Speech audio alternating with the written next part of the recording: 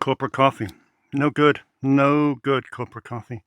I just needed a hit though. Just needed a hit of caffeine. It's been a week. It's been a week. How are you? And welcome to Inside the Video Store. The latest episode, the latest jam-packed episode. So much for a quiet week of new arrivals. It's been absolutely nuts. When is it ever not nuts? That's what I want to say. Yeah, we've got some good stuff coming up today. We've got a load of stuff that's come in. Just a load of stuff has converged on the place. It's been the Criterion sale, as I mentioned last week. So I have 20 Criterion arrivals to show you. 2 didn't turn up in time, but they'll be here tomorrow. I've got a stack of stuff from TerrorVision, just to catch up there. One of my favorite labels. So I just wanted to catch up with 7 or 8 of their titles that I hadn't picked up on. And there's loads of other bits and bobs in, to be honest. Plus, stuff has moved. Stuff has moved this week. If you're coming to the store, you'll be like, what's going on? Why is this here? Let me show you. Okay, forgive the jerky camera. Right, let's have a look at this. So obviously, as you know, we have the Director's Collection. One of my favorite sections in the store. All your favorite movie directors, Coen Brothers, Cassavetes, Tim Burton, Mel Brooks. Now, this used to go right deep into that corner there, which was just moronic. Because if you wanted to browse the films of Robert Altman, you know, you'd have to be digging around right around here and you couldn't see, and you'd be pulling stuff out and stuff would fall on the floor. So I thought, well, look, I know I like to make the most of every bit of space, but sometimes you have to give in and you have to say, look, let's not do that. Let's shift everybody to the right. So there we go. So you can now browse in comfort the films of Robert Altman, Alex Cox, David Fincher, and John Landis, if the mood takes you. So that just seems sensible to me. But why is there that space? Well, I've taken 3 filmmakers out, to be honest. I've taken 3 filmmakers out of here, all of which have something in common. Dario Argento, Wes Craven, and John Carpenter. So 3 filmmakers have departed, all horror filmmakers. That's because one of you, Mr. Jake Shaw, I do believe, made the suggestion when I did the horror section that I should have a Masters of Horror section within the horror room. So, you know, like the Director's Collection that stands before you, what I could do in the horror room is have a similar thing, but themed towards horror directors. And that just seemed like a really, really good idea. So I've gone and done it. So that was my job last Friday. And it's not just Carpenter, Craven, and Argento. I've pulled out other horror filmmakers too. So for the very, very first time, we have a Larry Cohen section. Isn't that wonderful? And there's John. George A. Romero, for the first time, has his own section. Wes Craven, of course. Toby Hooper, for the very first time, has his own section, which is awesome, as does Stuart Gordon, as does Mario Bava. I mean, yeah, this is necessary, isn't it? This is a long time coming. I should have done this ages ago. Dario Argento, as you know, Lucio Fulci, and have I mentioned Brian Usner? Yeah, Brian Usner. So yeah, we have 10 of the best horror movie filmmakers in the horror movie section, and it just seemed like the right thing to do. So I'm really pleased with it. The box sets have obviously dropped 2 shelves, but I still have 7 shelves of box sets there. Plenty of room. You know, obviously at some point in the future, these these box sets are going to be more like bookended, you know, flat-faced bookended alternate. So there's loads of room here. They don't need all that space. And to be able to combine the works of these 10 filmmakers in the horror section just makes so much sense. So I'm really, really, really pleased with that. It just, as Jeff Bridges would say in The Big Lebowski, it just ties the room together. It just ties the room together. So yeah, that's been my job this week. So if you ever want a Fulci film, or you want to look into the work of Brian Usner, they're not all into one place, all together, which now means I have loads of little gaps around the horror section that you might be able to see, but you might not. like there. So whenever you see a little black box in the horror section with no film, it's because a film has been plucked out to join the horror guys back there. So it's cool. Right, let's crack on with the show. So yeah, that's been the big job. What do you think of that? It looks all right, doesn't it? It's kind of like I don't know. I think it makes sense. I think it makes sense. Nearly killed himself. Yeah. So that's what we've been doing. That's what we've been doing. So it's been a busy week in that regard. Okie dokie. Are we straight? Down to that. Cool. Awesome. Right, let's crack on with the brand new releases. This is the important stuff. Hello again. I really need that. Yeah, brand new releases. As you know, it's week 2 in the month, so it's not week 3 or week 4. Yeah. So there's only 2 boutique releases. Only 2 boutique releases this week, both of which I already have. So it's hardly the most exciting 2 releases. So the week is taken up primarily by contemporary films. But there's 3 big ones. There's 3 big movies that I thought would all demand a big purchase. So I have. Well, big for this place. So we have F1, the movie, which is the latest film to look at the world of Formula One. Will it be better than Driven by Rennie Harlin, I ask you? Will it be better than Driven? Who knows? I would imagine so. But yeah, it's directed by the guy who did Top Gun Maverick. You got Brad Pitt in this. Jerry Bruckheimer produces. It's going to be loud, and growling engines will permeate the air when you stick this one on. But yeah, that is F1, the movie. Looks good fun, actually. I'm not a motorsport obsessive by any means, but ironically, I love a sports movie. Who knew? Now, that is F1 the movie on 2 Blues and 1 DVD. Next up, again, with the same purchase, 2 Blues and 1 DVD, is The Naked Gun.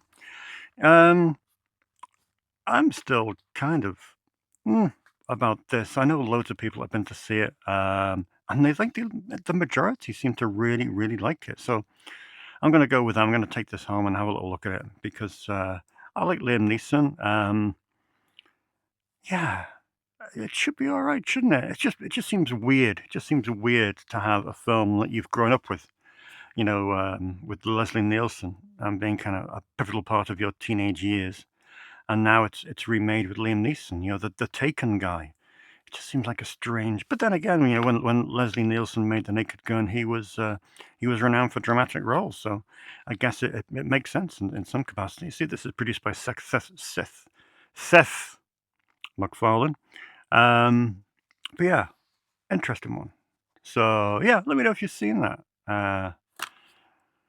I reckon it'll be. We don't get many comedies in because comedies don't sell units. But good to get one in on physical media, which is cool.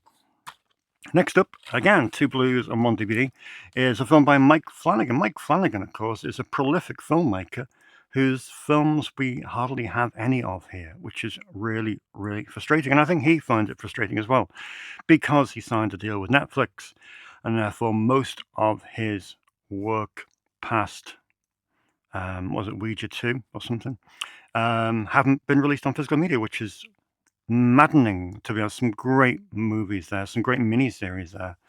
And of course, they're just stuck on streaming. And one day I hope they break that stupid rule because it's driving me insane.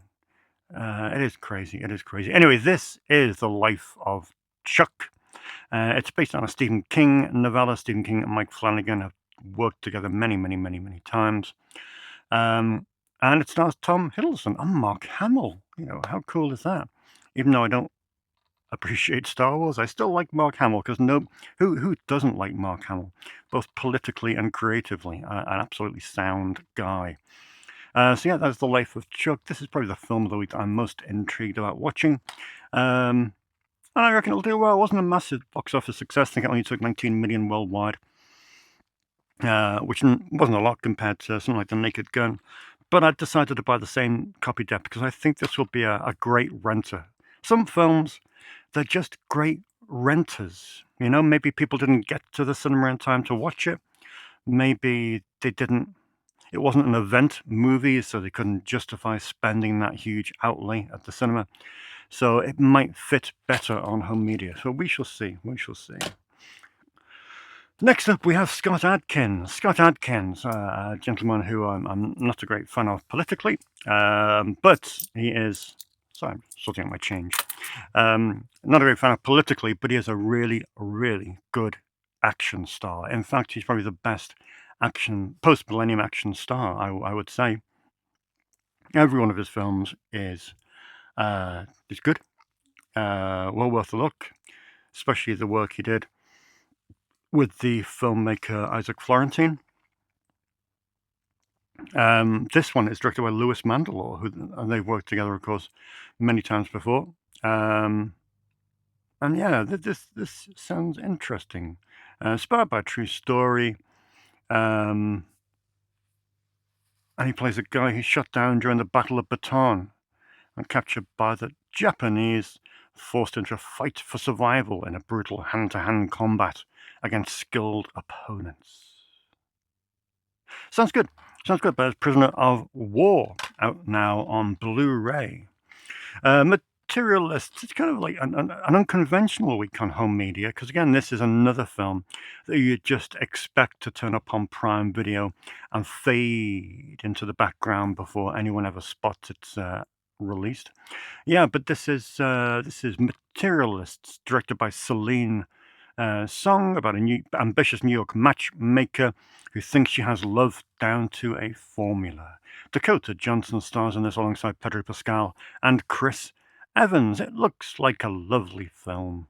I'm sure it is. And it's an unusual film to have on physical media, because like I say, they don't tend to kind of release stuff like this anymore.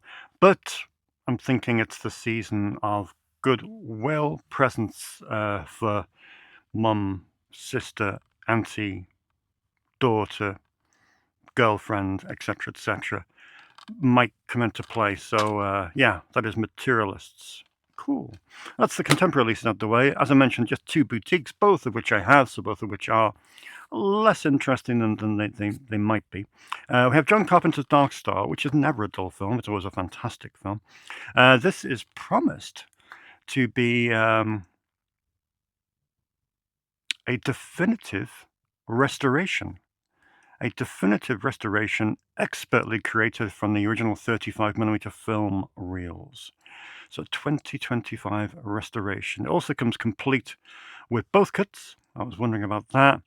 The 71-minute director's cut and the expanded theatrical release, which is 83 minutes. And we also have the Daniel Griffith's 2010 feature-length documentary called Let There Be Light. Let There Be Light, The Odyssey of Dark Star. So yeah, very cool, early John Carpenter film. And it's out now on Blu-ray from Fabulous Films.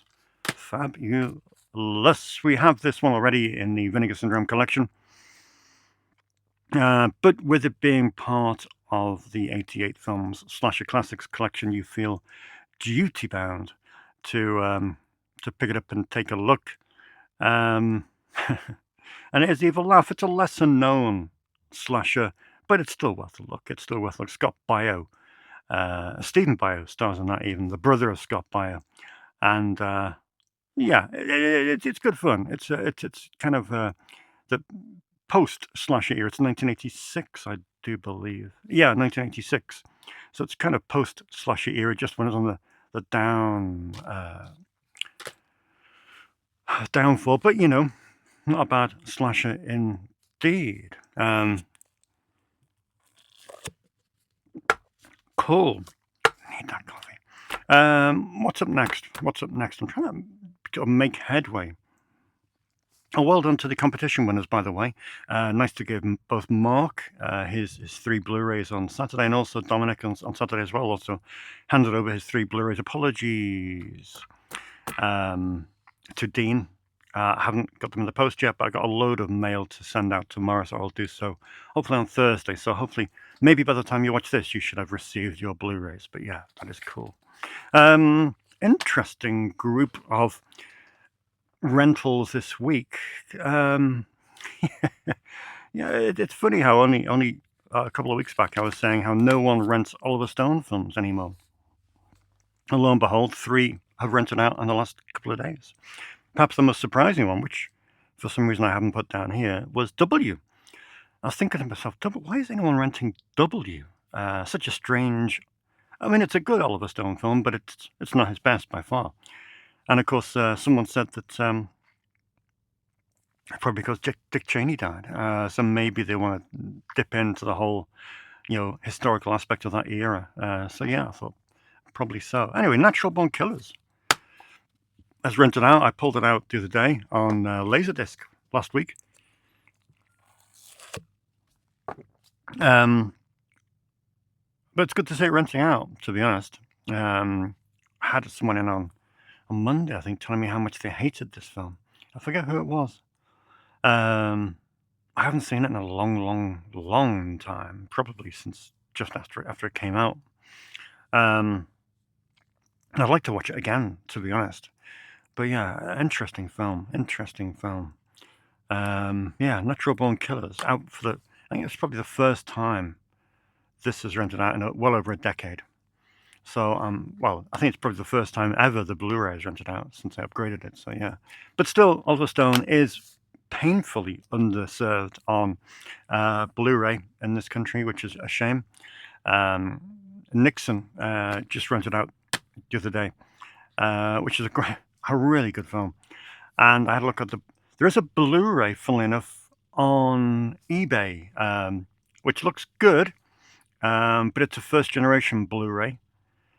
Has anyone got it? Does anyone know what it's like? It's the American Blu-ray, but it's region-free. It does, though, have an extra 28 minutes, so it's the director's cut of Nixon. So it kind of looks pretty interesting. I'd like to see that cut of Nixon. So if anyone has that, let me know whether it's worth picking up. It's not cheap, but I'm interested in taking a look at that. Because, like I say, so few Oliver Stone films seem to have graduated to Blu-ray, which is nuts. So yeah, Nixon renting out, which is amazing. I'd love to watch this film again. I think, did I see it at the cinema? I think I did. God, that makes me feel old. I saw it at the cinema, and it was incredible. If very, very numbing to the derriere. But yeah, good film. Nixon hasn't been out in a long time.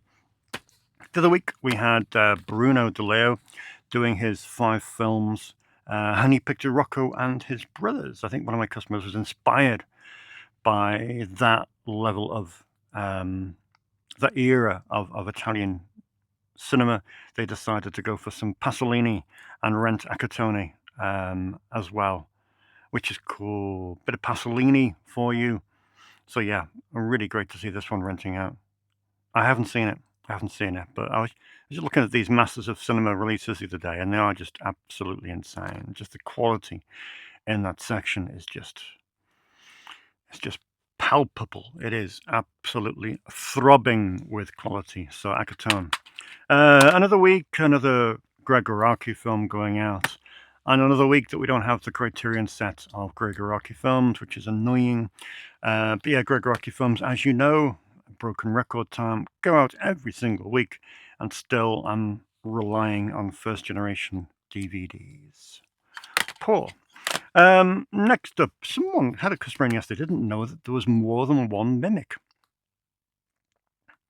He might, after watching this, he might not wish he knew there was more than one Mimic. No, I quite like these Mimic sequels. It's one of the Dimension films. Remember Dimension? Well, can't forget them, can we? But the films that Dimension made, they made some interesting horror movies. Stuff like Feast, for example. Stuff like the Hellraiser sequels that everybody despises. The Children of the Corn sequels, 4, 5, 6, 7. I thought they made some interesting stuff, and I have a soft spot for Dimension. Even films like Pulse, or the Pulse trilogy, isn't it? So yeah, I quite like these, and it was interesting to see Mimic 2 renting out. Whether the guy will like it, I do not know, but still, there it is. Mimic 2, out on loan for the first time in ages. Similarly with this hasn't been out in an age. It's Nostalgia for the Light. It's a really, really good documentary. Now, it's set, is it 10,000 feet? 10,000 feet above sea level, in the driest desert on Earth, Atacama. But it's a weird documentary because it goes over so much territory, because there's a degree of astronomy, there's a degree of archaeology, there's a degree of archaeology, there's a degree of geology, and there's a degree of human rights as well, because the Atacama Desert is where the Pinochet regime buried the remains of its political prisoners. Stunning piece of work. Really glad to see someone seeking that film out. And it is a quite remarkable piece of work. It was released by New Wave Films. Going back a while, 2010. Good stuff. Now, I keep on plugging this to every man and his dog, because I thought with the arrival of Guillermo del Toro's Frankenstein film, I thought, well, there might be an interest in this movie, because it's not a great renter, but I think it's a spectacular piece of work. It is, of course, Gods and Monsters. It tells the life of James Whale. James Whale, of course, directed Frankenstein and The Bride of Frankenstein for Universal back in the day. And it tells it's Bill Condon's film about the latter part of his life, whereby he was holed up in this mansion and kind of lusting after his hunky gardener, played by Brendan Fraser. But it's good. It's very, very good, and it tells you a bit about his life that you didn't know. It's a wonderful film. It's Gods and Monsters. If it has escaped you, if you haven't heard of this or seen it, it's a brilliant, brilliant indie film that's made in collaboration with the BBC and also with Regent Entertainment. And do you know who an executive producer is? Clive Barker. Brilliant. Gods and Monsters. And finally this week, great to see a Jacques Tati film going out. We love Jacques Tati. Brilliant, just brilliant. Mon Oncle was early, wasn't it? Not that early, 1958. But just brilliant. Just I remember one of my customers coming in and telling me who Jacques Tati was about 15 years ago. I'd never heard of him. And at the time, I think, had these just come out? Yeah, these are just coming out. No, I think the DVDs are out and the Blu-rays were yet to come. So it must have been 2008, 2009. And I just watched these and I thought, this is incredible. I have to get every one of these gentlemen's films. And luckily, he didn't do that many. But yeah, wonderful, wonderful, wonderful. Cool. Okay, so I have 4 towering stacks of films looking at me, which is a little bit daunting. Let me just check what we're still up and running. We're on 23 minutes, so we should be good, shouldn't we, to take a leisurely stroll. What should we do first? Let's do this, because I'm desperate to open this. It came today. It was one of those eBay auctions whereby I was a little bit reluctant to purchase, because I thought, I don't know, I just didn't, when the seller has like a 0 score, first time seller, and you're thinking, oh, this is going to go pear-shaped. And they were selling these at a crazy price. The retail price of these is £125, and I got them for just over half that. It's something I've been looking at for quite some time. I've been asked for them before, but just price was prohibitive. Simple as that, really. Can't open them either. The price was prohibitive, and I thought, yeah. But then I thought to myself, well, you're doing a little bit better than you would at this time of year. So some of these BFI things may go out of print. So occasionally you have to strike while the iron's hot. So this is it. Tell me what you think of these. Tell me what you think of these. There we go. There we go. well packaged. So yeah, my fears were unfounded. This seller has been absolutely fantastic. Tracked 48 hours, hefty postage fee as well. So they've done the business on these. So yeah, here we go. Here we go now. Let's have a look. What we have here are 45 films, 45 movies. But what are they? They are made by the Children's Film Foundation. Familiar? Children's Film Foundation. They started, I think they were publicly funded body, weren't they? They started making movies in the 50s or very, very late 40s, primarily right up to the 80s. And yeah, just remarkable little Saturday morning films or matinee features. And I think every box set has about 9 films in here. And we've got a great booklet. So yeah, we have Peril for the Guy with Fraser Hines. Superb. We have Cup Fever. Mr. Horatio Nibbles, which looks trippy. I mean, some of these look very, very trippy indeed. So I don't know. Phil Daniels is in one of these. Linda Robson is in one of these. Familiar names, The Battle of Billy's Pond. They all look incredible. Director Harley Cokeless. What did Harley Cokeless direct? Didn't you direct that film that John Carpenter wrote? I forget what it was now. About the car. I can't think of it.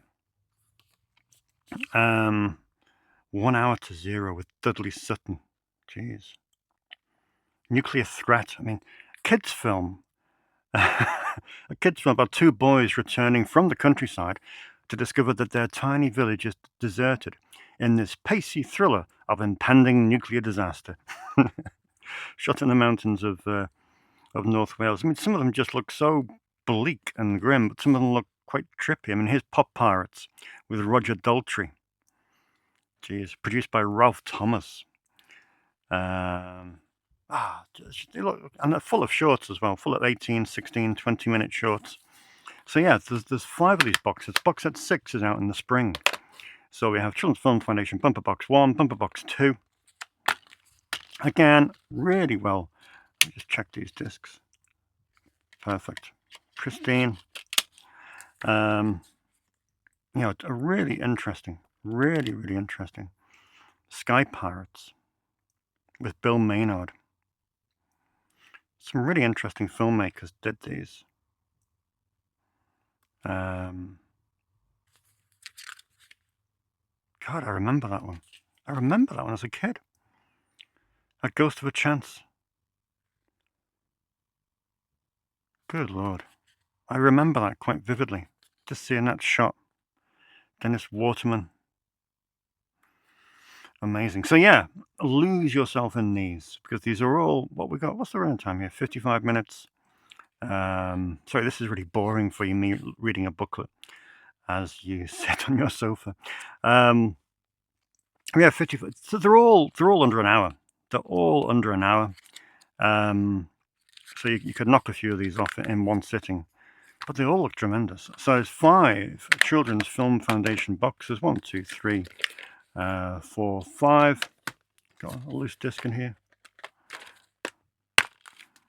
Oh no. Yeah.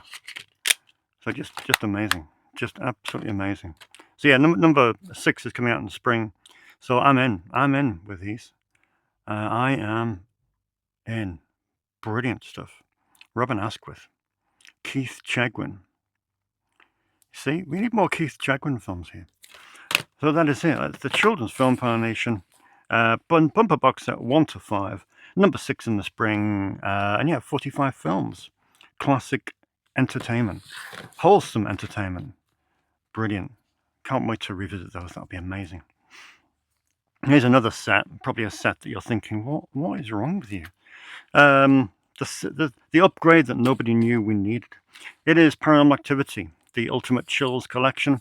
Believe it or not, Paranormal Activity still rents very, very well indeed. And this box set was going quite cheaply, in all honesty, considering you get 7 films in here. Now you'll think to yourself, but Dave, only 6 are out.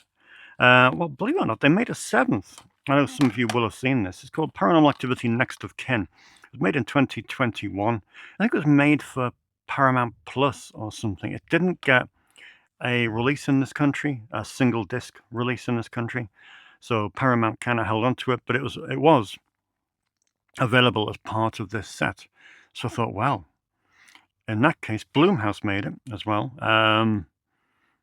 Let's have a go at this. William Eubank directed it. Right.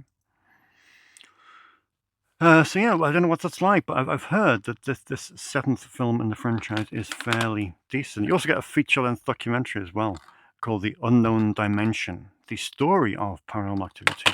So in my estimation, it's a great little box set which upgrades those 6 films quite nicely, because they are looking a bit battered, because they have been rented numerous times. So yeah, that is a bit of a perverse purchase this week, but one unnecessary one nonetheless.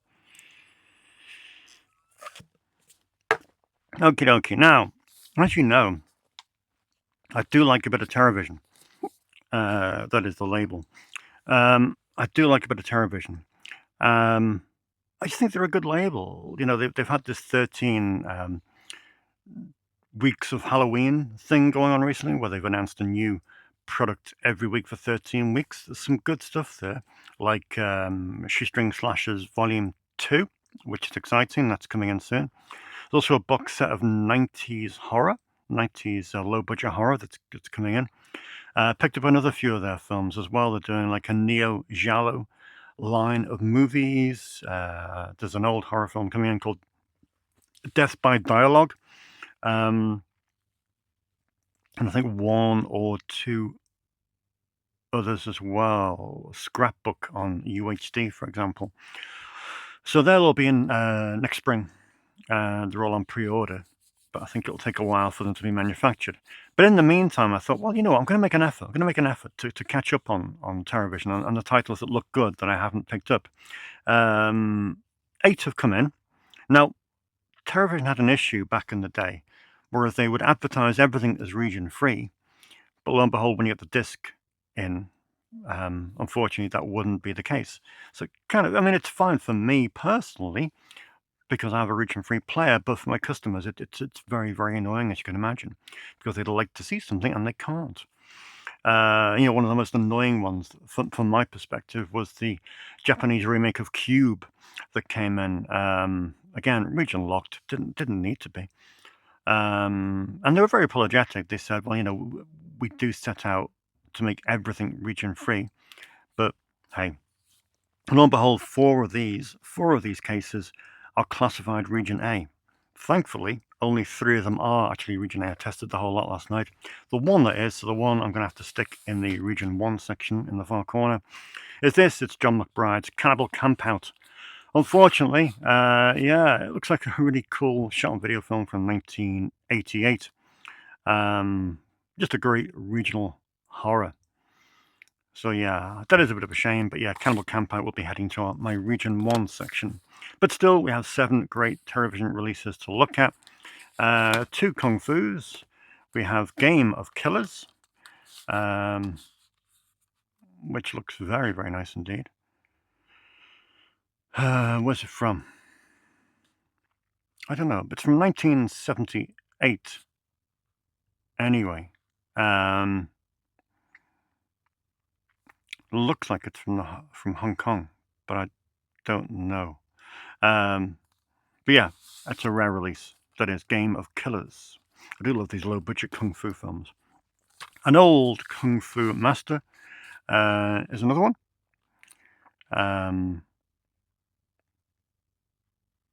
Brilliant. Yep.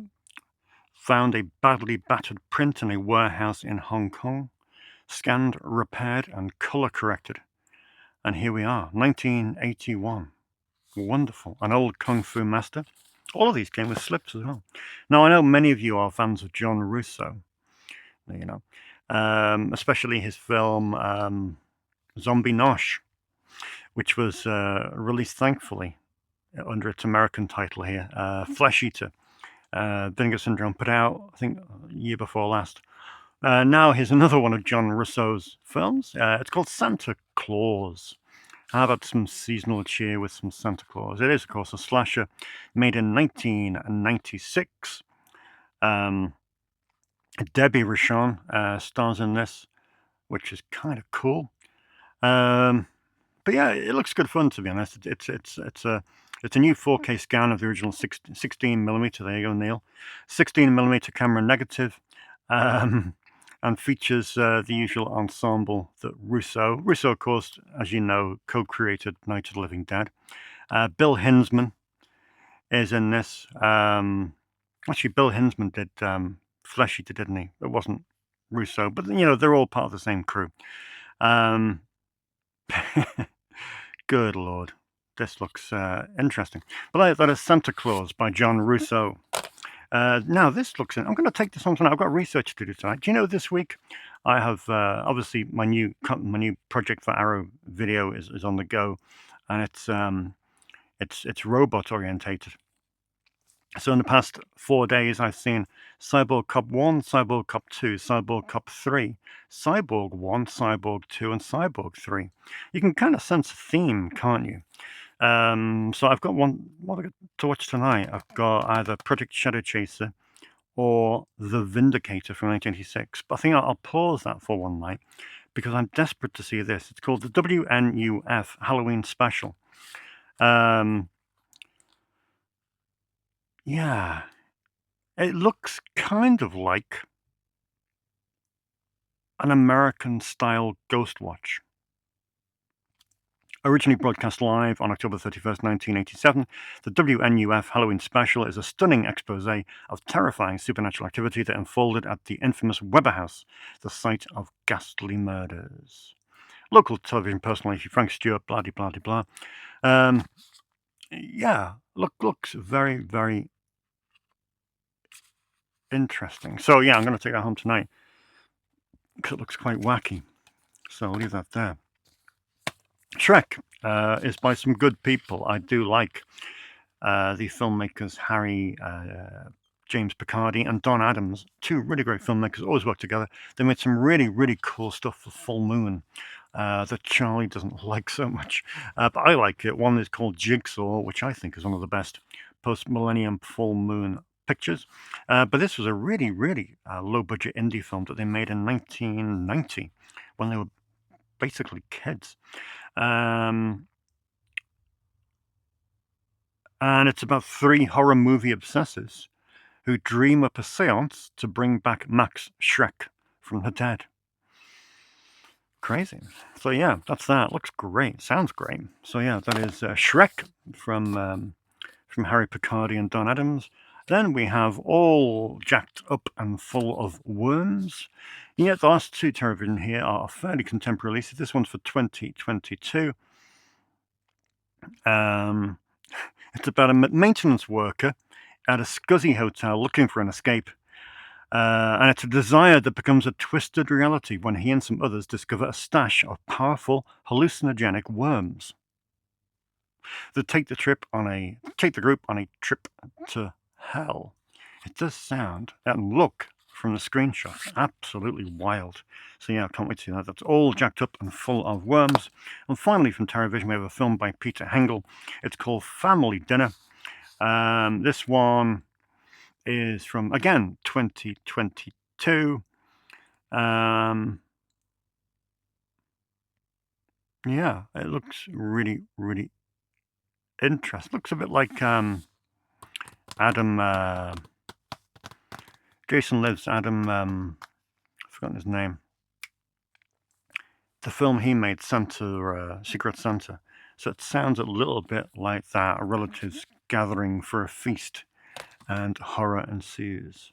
Let's have a look at the oddments that came in this week. I'm going to quickly whip through those because I think we're probably on 40 minutes, are we? We are. Good guess, David. It's a real mixed bag of stuff, to be honest. So this is what we've got. It's a recommendation from a customer called GA.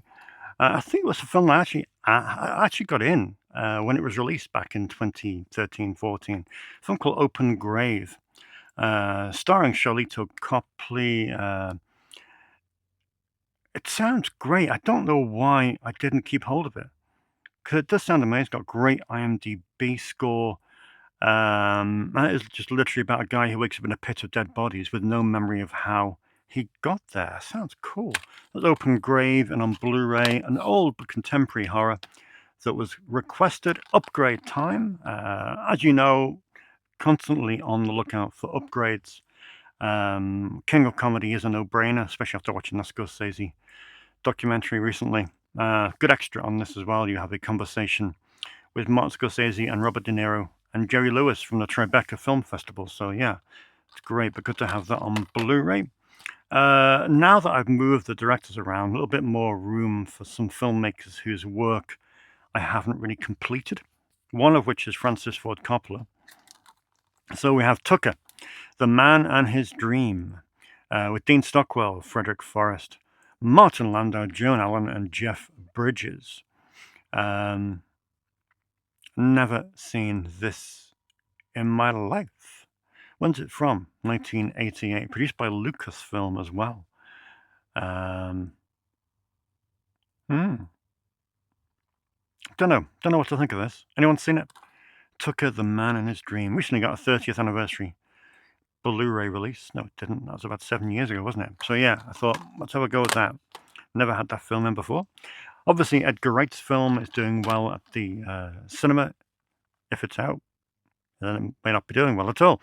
But it's anyway. I thought, well, I've got The Running Man in, obviously the Paul Michael Glaser original. So I thought, well, I better get an upgrade for that, because I would presume that people would be wanting to have a look at that to compare Edgar Wright's film. So yeah, there we go. Not that I spend much of my life scouring Reddit and Googling my own name, but on those rare occasions I do, I happened to notice a thread on Reddit from a customer, well, not a customer, someone that came in for the very first time, and they mentioned that they couldn't get what they want. And that, it's kind of like, that triggers me. It turns out that I had the Wicker Man on Blu-ray, but the Wicker Man Blu-ray I have it's a lovely, it's a gorgeous steelbook, and you're like, well, what else could you want other than this gorgeous steelbook Blu-ray? But it doesn't have the director's cut, which apparently is a cardinal sin amongst Wicker Man fetishists. So yeah, I got this, the Studio Canal Vintage Classics release of Wicker Man, which has both the final cut and the director's cut and the theatrical cut. So you have 3 cuts on this. So cut yourself with this Wicker Man director's cut, and now available at Snips. I understand that, though. I understand that. Can't be snippy having it. No pun intended. This was on my wish list for some reason. I think someone asked for it. I don't know who. La Prisonnière, filmed by Clouseau, who of course did Wages of Fear. Looks great, to be honest. It's his last and most conceptual film, and his only film in colour. Yeah, looks great. Again, released by Studio Canal, part of the Vintage World Cinema line. That will fit in here nicely. Someone asked for this as well. I don't know who it was. I think it may have been Paul's wife. Was it? Who knows? Taps is now in and available to rent. It is a film that stars George C. Scott, Timothy Hutton, and someone called Tom Cruise. Directed by Harold Becker. Looks, to be honest, any George C. Scott film I am very, very keen to get in. So yeah, more than welcome to get that. Good suggestion. As you know, next year will pretty much be a year of, I don't know, what's the word? The word is kind of, just kind of stabilizing, just kind of getting refinement. That's a good word, isn't it? Next year is very much a year of refinement, I think I spent 2 years now building, building, building, building, building. We're going to hit 20,000 films probably in summer. Um, so at some point we have to say, right, let's have a look at what's here that we can kind of improve. So to me, I need to improve certain film directors' collections. Now, I got loads of frenzied DMs yesterday when I mentioned that I'll probably enhance the work of people like, I forget, Goddard and Bergman and people like that. And people say, "Oh, you're gonna get the Curzon box sets." Maybe like Michael Haneke. They're big investments. They're big investments. So it depends on the price, but one of which I couldn't refuse. And I know I was kind of hankering for the individual releases of these, but I thought, no, I'm just going to get it. So this was the Werner Herzog collection. It contains 18 of his films, which is just awesome. Over 8 Blu-rays, and I thought, well, this is the way to go, really. I've also ordered Encounters in an Astral World.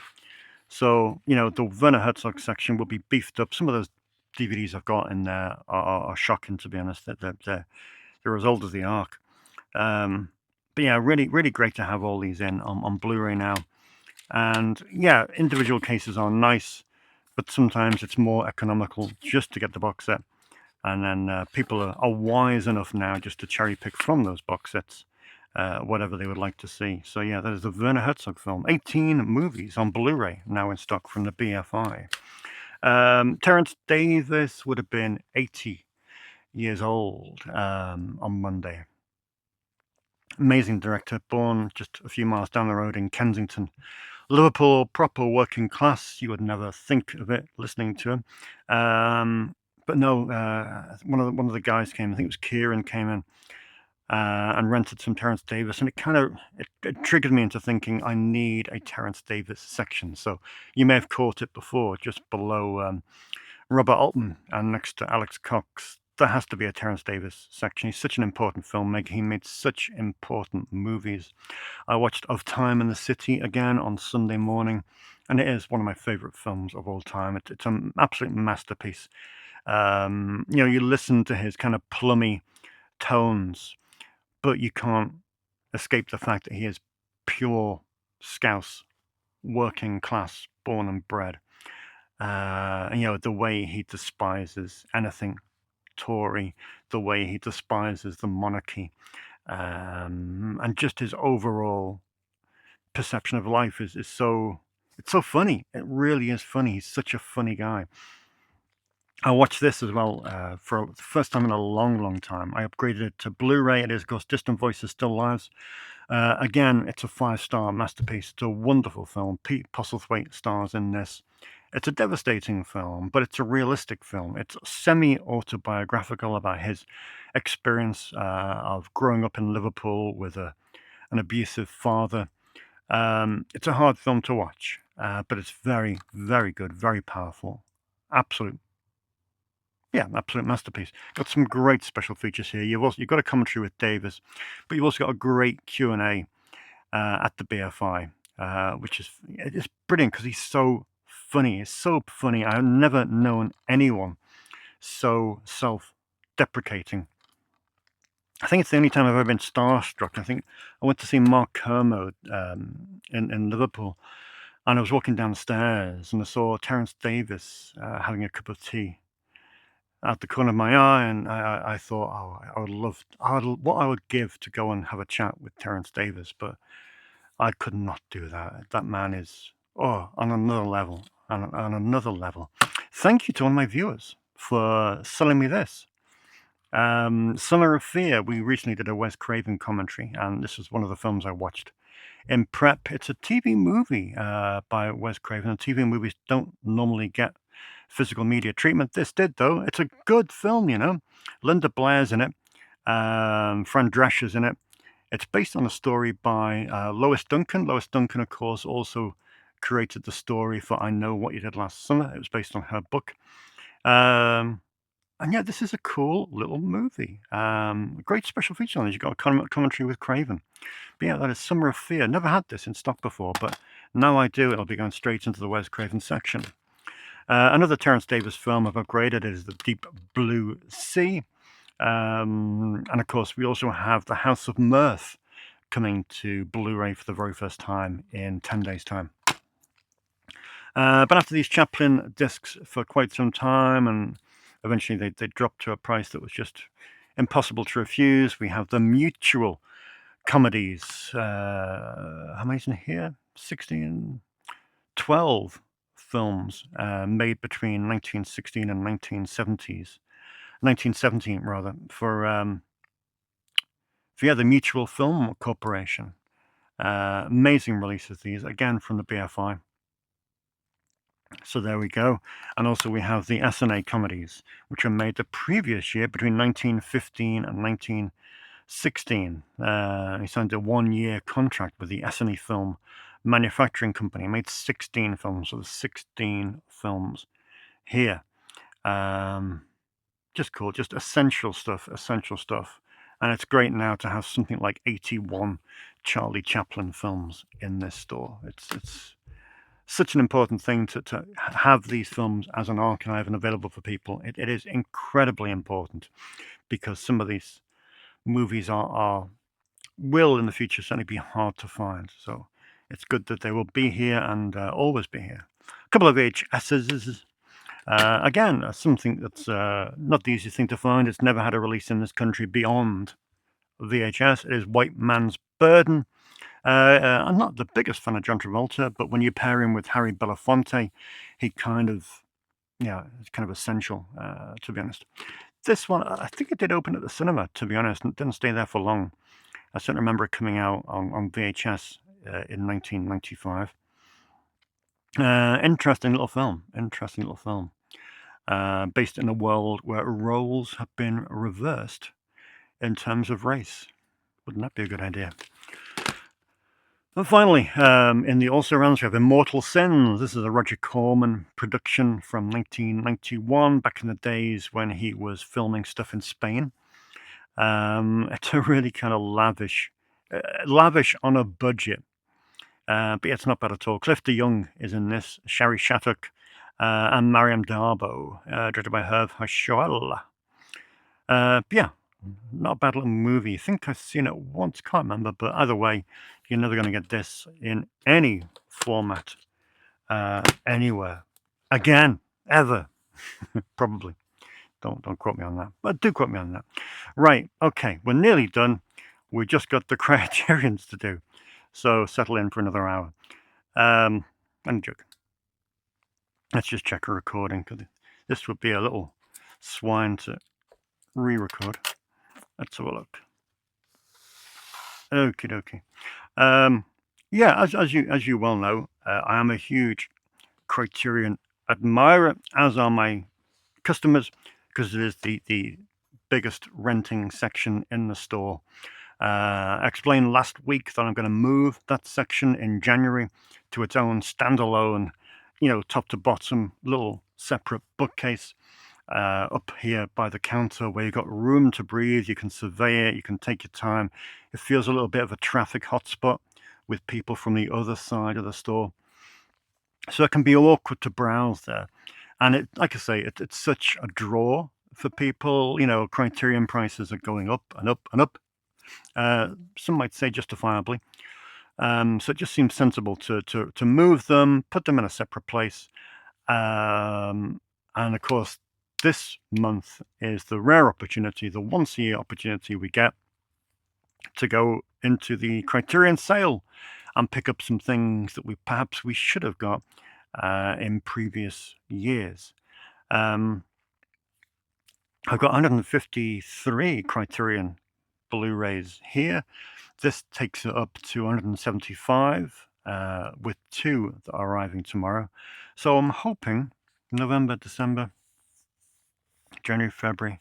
Yeah, we should get to 200 probably by April, May, which is a great achievement. And like I said, it's such a draw for people.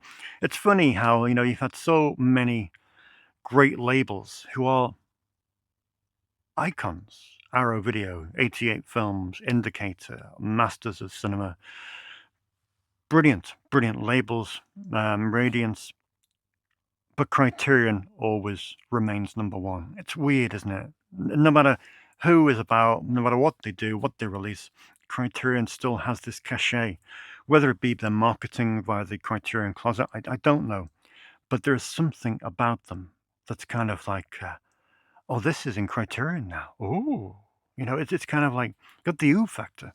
So yeah, so I'll quickly go through what's come in. I'm going to integrate them onto that side for the remainder of the year, and then we can shift them. 2 are coming in tomorrow. We have Masters of Menace. That would be a great addition to the Criterion collection. A little-known biker film from 1990 with Dan Aykroyd. No, not Masters of Menace. Menace to Society is coming in tomorrow on Criterion.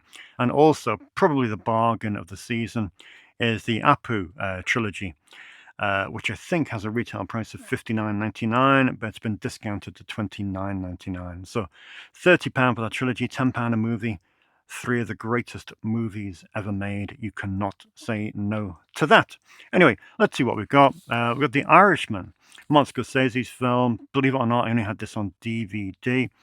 I asked myself why I only had it on DVD, and it turns out it came out at the tail end of 2020. 2020 was Annus Horribilis. I believe it came out during a lockdown. Money was tight. Budgets weren't there. You were making cuts to wherever you could. And unfortunately, it meant getting the DVD of Irishman, not the Blu-ray. But hey, 5 years on, there we go. Great movie, and it's great to have it in the Criterion section. Sex, Lies, and Videotape. I've been living on a first-generation DVD of this movie for 20 years. It's a renter. It is a renter. Probably 10 times a year that movie goes out. Times that by 20, you're looking at 200 rentals. At last, a Blu-ray of this film. Great, full of amazing special features, including an audio commentary with Soderbergh and Neil LaBute. So how cool is that? First time purchase for this one. It is True Stories, a film directed by David Byrne, no less. Original music by, can you guess? Talking Heads. It stars John Goodman, Swayze Kurtz, and of course, David Byrne. You also get the CD soundtrack in here as well. Very cool. I've not seen this film. It's never been in the store before, but yeah. We've just mentioned Chaplin, and here is The Great Dictator. Yeah, just essential. I've got this on DVD, one of the great DVDs they put out. I forget what label put it out, but one of those great white boxes with the slipcase that all look the same in a row. But yeah, you have to upgrade Chaplin at any given opportunity, especially a film like that in days like these. Dick Johnson is dead, I'll have you know. Kirsten Johnson made this film about her father. I don't know much about it. I know it comes from 2020. And it sounds really, really interesting. And it tackles taboo questions of aging, mortality, and grief with subversive humor and surprising grace. That is, Dick Johnson is dead. Bit of awesome. F for Fake. I've had this for decades in the Masters of Cinema collection on DVD. My ass is going numb. It's not called that. It's called F for Fake. That would be a good Orson Welles film. My ass is going numb. It's quite an intriguing film. It's from 1975, and it is a kind of free-form documentary by Welles. I need to see it again. I haven't seen it for a long, long time, but I'm going to watch it again because I see that there's an audio commentary here from 2005 by Gary Graver. So that appeals to me quite a lot, especially if it's 2005. It was only a year before Gary died, so I'm guessing he must have been quite ill when he recorded that. Richard Brooks is here in Cold Blood from 1967, based on Truman Capote's bestseller, with brilliant performances by Robert Blake and Scott Wilson. I did not know Quincy Jones did the soundtrack to this film. Isn't that weird? I love Quincy Jones. Speaking of Quincy, almost adjacent to Quincy is Shaft. 2 Blu-rays on this, because lo and behold, it also comes with the sequel, Shaft's Big Score. So yeah, that's very cool indeed.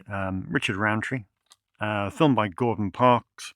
Have not seen this in a long, long time, but I mean, you can't get more purple than that, and that purple is just the most gorgeous thing I've ever seen in my life. Shaft on Criterion Blu-ray. This looks really interesting. It's a film by Dee Reese. Pariah. It's another film I've never had in here in any capacity.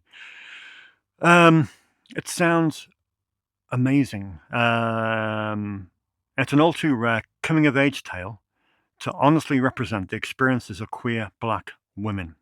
Important film, 2011.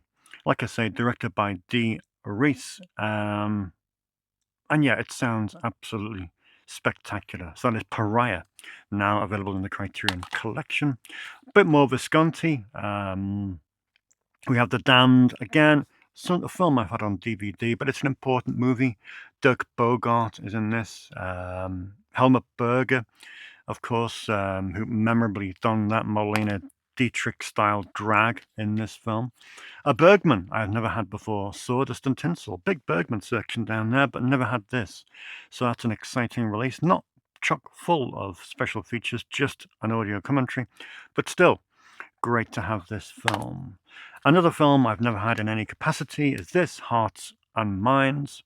It is, of course, Peter Davis's landmark 1974 documentary, which unflinchingly confronted the United States' involvement in Vietnam. So yeah, powerful piece of work. And it also contains over 2 hours of Davis's unused footage. That's great. Important piece of work. Hearts and Minds. Cold Water has been Dylan recommend this to me? Anyway, it's a film by Oliver Assayas. We've got a few of his up here from the Arrow Video box set, but this is Cold Water from 1994, a coming-of-age drama. Again, set on the outskirts of Paris. More Chaplin in modern times. Chock full of special features here, which is pretty awesome. But yeah, classic. We have Vivre sa vie, which I know has been hotly demanded by a number of people, including young Alex, who's been desperate for me to get this film. It's a Jean-Luc Godard film.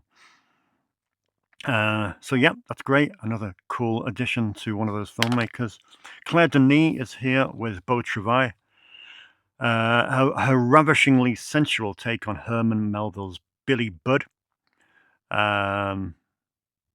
Yeah, sounds amazing. Sounds amazing. Especially when they say that it explodes into one of the most startling and unforgettable endings in all of modern cinema. Wow. Investigation of a citizen above suspicion, Elio Petri, provocative Italian filmmaker, a Kafkaesque tale of a Roman police inspector investigating a heinous crime for which he himself committed. Mike Lee, great to see him in the Criterion Collection. Topsy-Turvy, with, of course, Jim Broadbent. Who else? So it's great. I've not seen this film, believe it or not. Not seen this film. I've seen a lot of Mike Lee in my life, but not this one. But can't wait to take a look at this. We also have Grey Gardens, which is one of my most rented documentaries. I mentioned it on the show a couple of weeks ago. Been relying on a Eureka Master Cinema DVD for 15 years, and now it's great to have this on Blu-ray. You also get, oh, do you? Maybe you don't. I thought you did. Maybe you don't. What are they looking at then? I'm sure there's a Warhol thing that he did on these women. I'm sure that was a special feature. Maybe I made that up. But yeah, anyway, Grey Gardens is here on Blu-ray. And finally, we have Scarface, a Howard Hughes production, 1932. Classic film. One of the greats of all time. Directed it Howard Hawks. And yeah, you know the story. You know the story. So there's Scarface. And we're done. We are done. Good Lord. Look at it. Where are these going to go tomorrow? Where are these going to go? Absolutely nuts. It's crazy. It's crazy. We're losing the plot. And then next week is week 3. Next week is week 3. And we're back to the grindstone with boutique after boutique after boutique after boutique after boutique. Sounds like I'm complaining, but I'm not. I'm not complaining at all. Because it's an exciting period. It's an exciting period. Did you see Sean's 5 films at the weekend? He was great, wasn't he? He was great. He talked quite a lot, but that's okay. I don't mind. He was entertaining and he told some great stories. So thanks to Sean for doing 5 films at the weekend. This coming weekend, we have Mike Bell, and Mike Bell whips something out in this podcast, and I'm not sure you'll be too comfortable with. Comments. Just the 46 comments to go through. I'm not going to read them all. You did, though, have your say on Laserdisc. And to be honest, most of you were very, very complimentary. So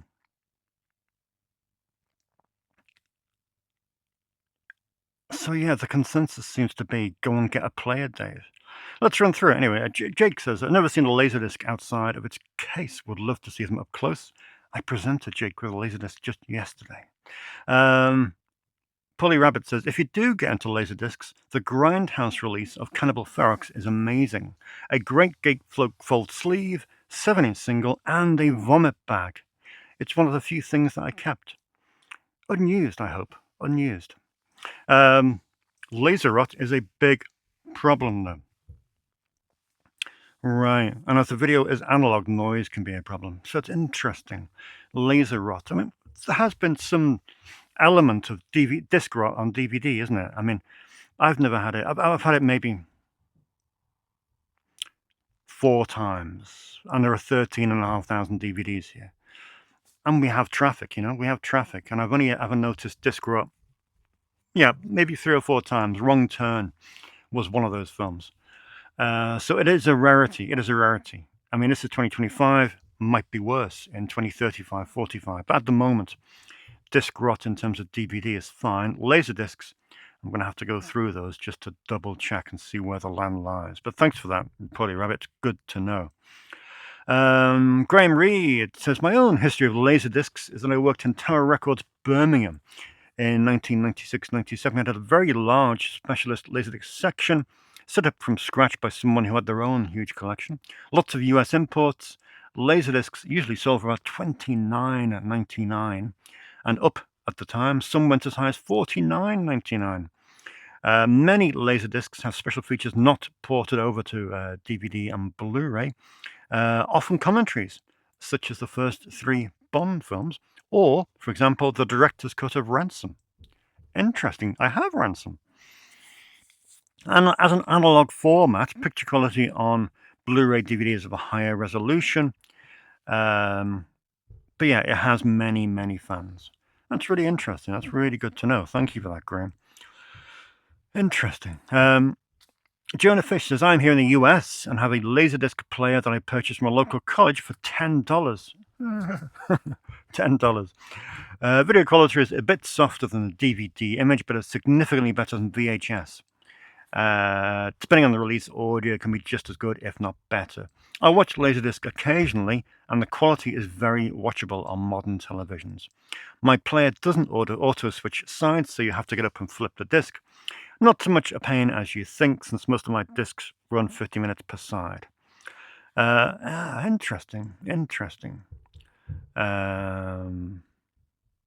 That's cool.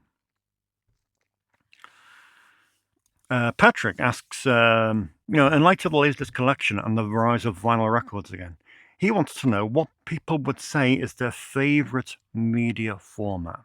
What's your favorite media format? Not the best quality, but what's the format you feel comfortable with? What's the format that kind of makes you sigh and go, ah? I think mine is Blu-ray. I think Blu-ray just hit me at the right time.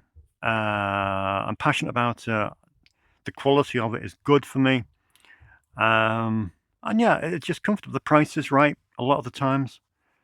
And yeah, I think Blu-ray for me is the format I like the most. But I'm also a big DVD advocate. I hate the modern day kind of hatred towards DVD and sniffiness, and the fact that when you look in a lot of people's collections, um, well, like take nice guy, but take Justin La Liberty, the guy who runs OCN distribution and cinematograph. You look at his collection, there's no DVDs because he doesn't believe in it in a format, and I just think, well, that takes so many of your favorite films out of the equation. I just couldn't do. I couldn't get rid of my DVDs and just have Blu-ray. It would rob me of some of my favorite films of all time. But yeah, what's your favorite format? Is it 4K UHD? Fine if it is. That's great. But I'm interested to know. Is it video? Who we got?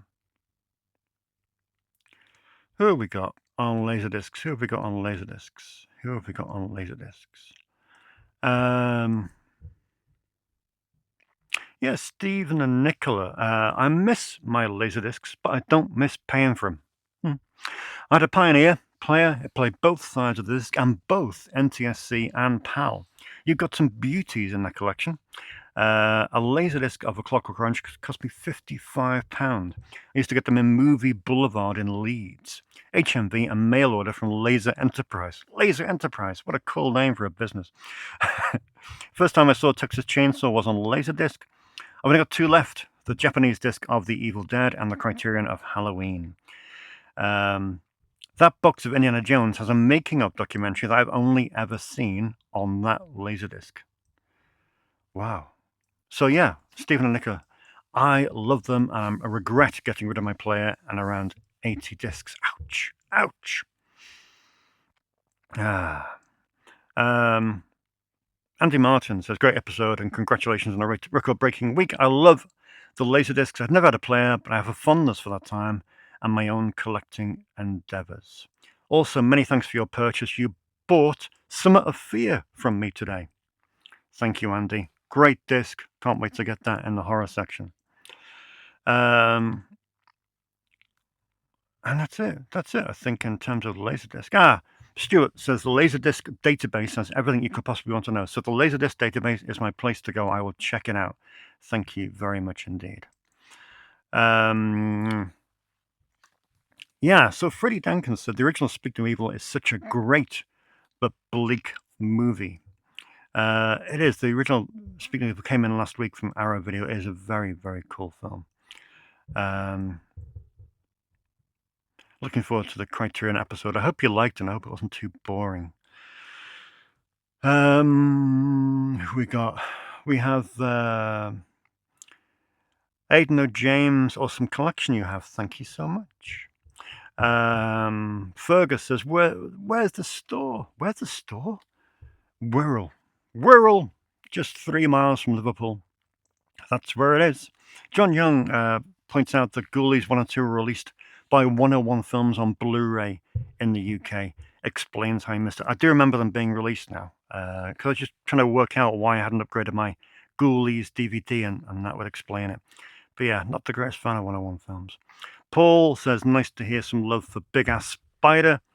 It is a very good film, and I'm glad that Mark and Son enjoyed it.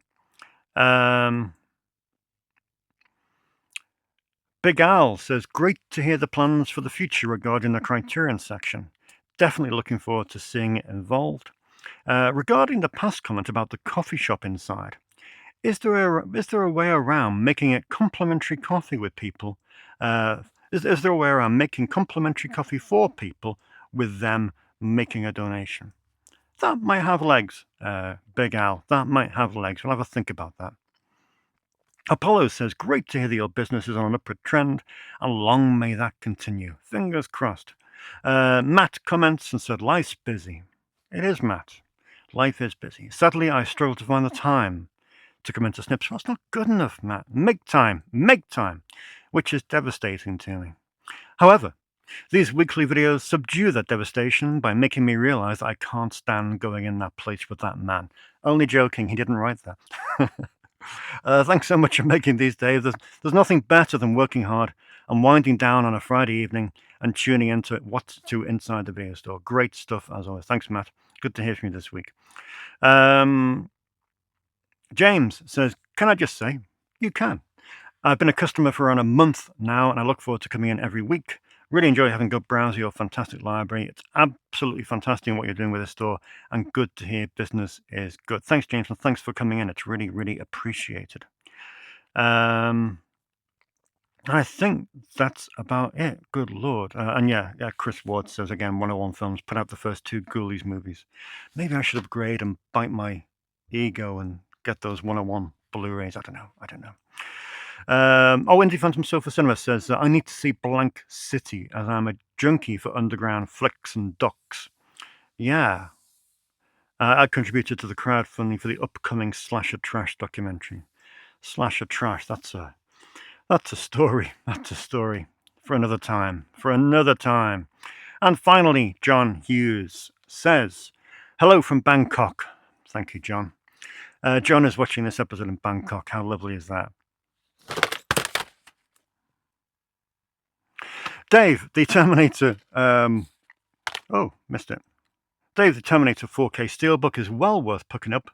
It's one I picked up a few months back from HMV, and the 4K transfer on the Terminator actually blew me away. I was probably surprised by how good it was. As you're aware, I'm not typically an advocate for 4K transfers on older films, but Terminator has been exceptionally well executed. Good to know. Thanks, John. I may well pick that up if I can find it for a reputable price. Okay. Don't have vertical stacks of stuff. Coffee spillage. Oh. Right. Well, I'm going to go and clean up. That's going to make a mess. Right. Thank you very much for watching. Apologies for the extra long episode. But I'm sure you'll agree that there was lots of exciting stuff to talk about. If you're a customer, welcome. Come in and have a look at this fine stuff. It will be out on the shelf on Thursday and Friday. So next time you're here, you will have an extra 70 or so films to choose from, just in case you were on the cusp of having seen anything. Right, I will see you in 7 days' time, and I'm going to get a dishcloth.